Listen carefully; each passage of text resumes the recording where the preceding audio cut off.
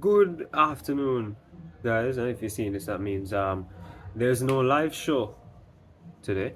Um, but I'm doing this right out the day after the Jamaica beat 2-1 win against Honduras. Fantastic result that is. Really didn't think that after watching Cuba. We'll get straight into all the effects of the game as well.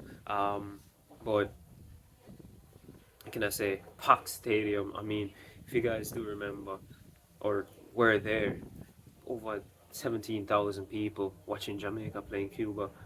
It was one of the biggest atmospheres. There was a guy drinking a bowl of soup. The I don't even know. Um, Chance for Kahim Dixon to come on. Like it was electric, the atmosphere, and Casey Palmer. I don't want to say world class, but world class to our level. Really, really good on the day. Man of the match, ran everything um, on that Friday evening. And yeah, we should have won the game by about 4 or 5, maybe 6 goals. Jamal Lowe missed a lot of chances.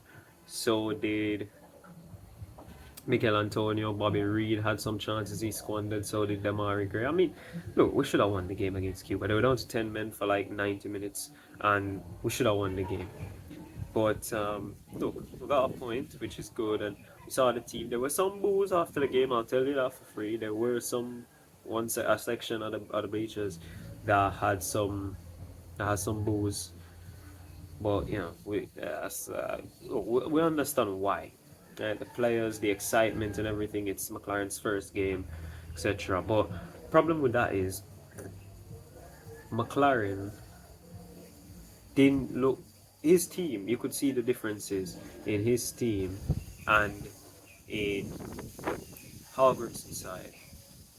And in McLaren's team, the striker isn't the one who's feeding the ball. He's not the one who's benefiting the most off of the moves.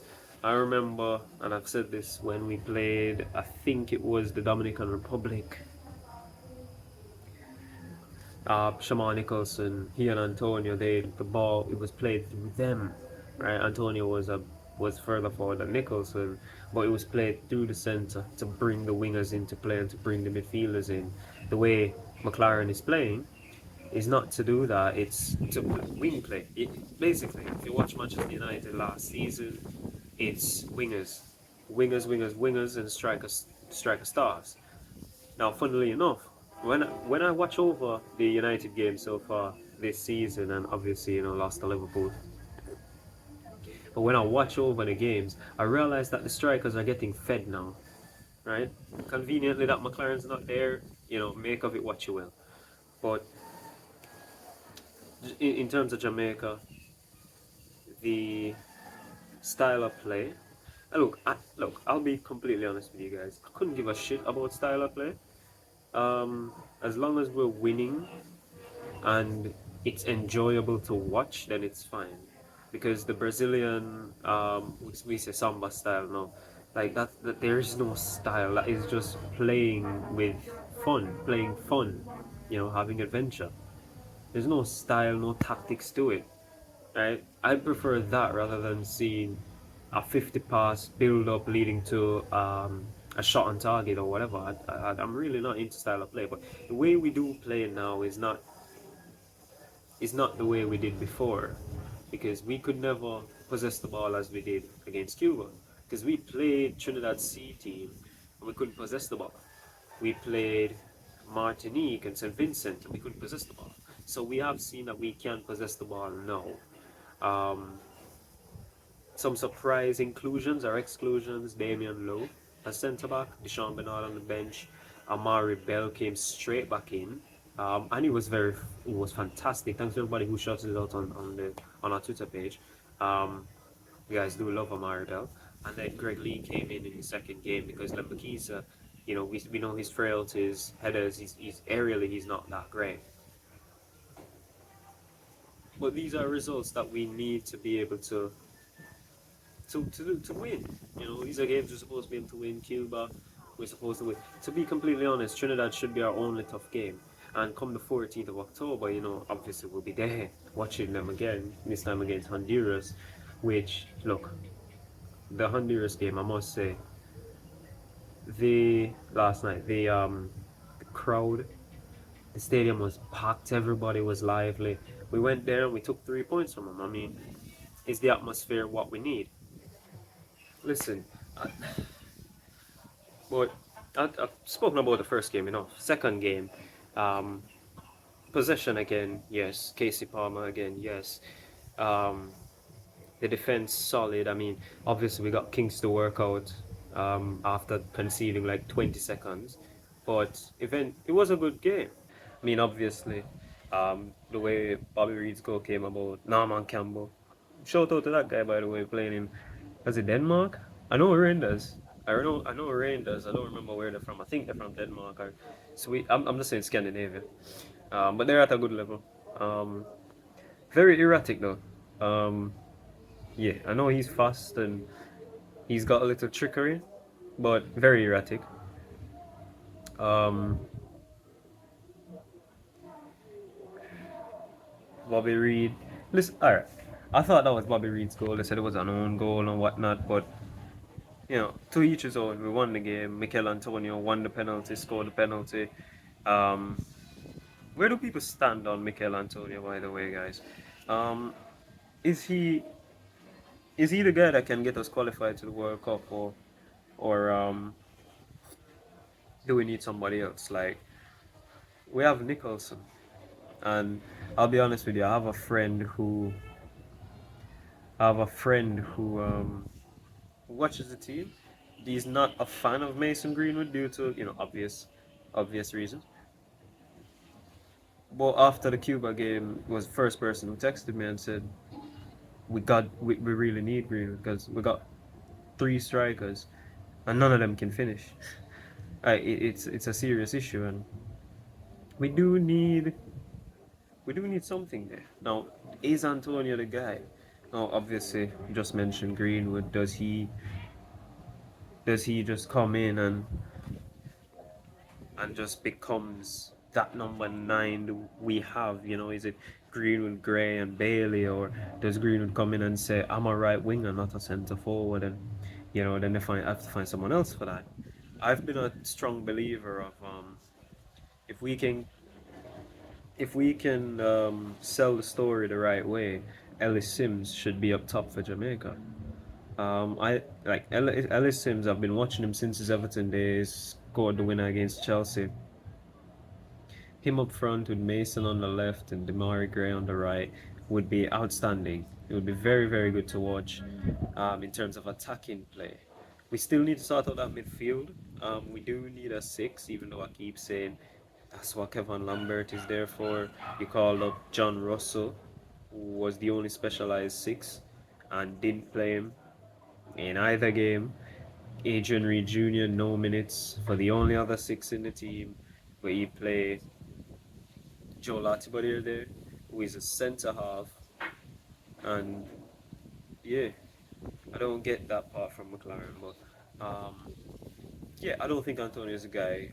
When I watched West Ham, even before this break, and I was like, what's Lopetegui waiting on to start Fulkrug? Like the way Lopetegui is his team pinging it around and playing, and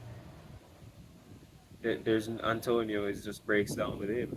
I mean, I don't know if you guys are deep into statistics, but Antonio doesn't really average that much touches as a striker. Like Haaland doesn't do it because he's not involved in the link up whatsoever.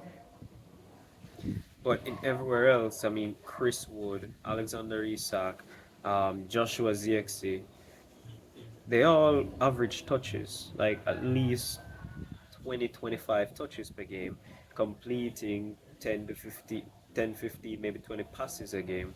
And Antonio, it's like you get 12 touches and probably 4 passes. Like, he's not in the link up, so I don't get his role there.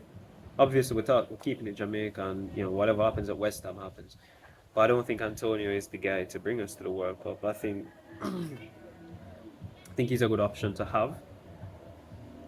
maybe this is where some big calls come in. And if we don't get Greenwood in time for the next international break, maybe Kahim Dixon goes through the middle. Hopefully by the time this airs, Charlton have played him or at least had him in the match day squad for once. It might be a bit soon though, because when I look at when the international break ends for us, well, when it ends officially, yeah, no, I don't think there'll be many Jamaicans in action after the international break in the first week, but maybe the second, and obviously Charlton have the EFL trophy to play as well, so hopefully we see him in that. Maybe I put him through the middle, and the flanks sort themselves out. Um, and that's what I want to speak about. Oh, and before we do end, keeping it Jamaican schoolboy football started. I don't know what you guys' predictions are, but obviously, shout out to Ulmas. Need to win. Jerome needs to win. I'm not joking. Jerome Wade needs to win the freaking Manning Cup this year. Um, but yeah, what is it? 2 years now. Jerome's gotten the backing from the school. I've already have I backed him? Well, I will not answer that. Obviously, JC still there. Kingston College are always, and you got St George's who have the best coach in the country in Neville Bell. So it's gonna be tough. Hopefully we can win.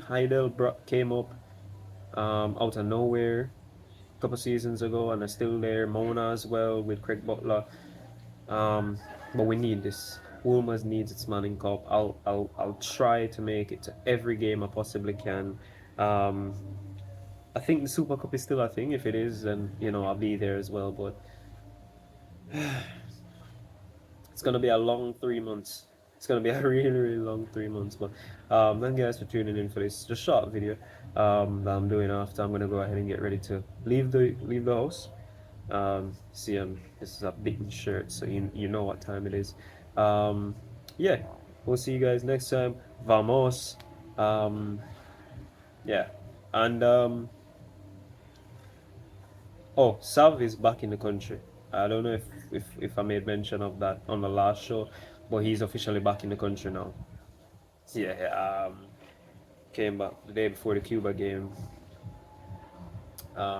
Yeah, so that's that. So that is that. Yeah, guys, and keep following the Twitter GZ underscore sports 22. You know, there are stats that go out, regular Jamaican news that are retweeted or put out on our own.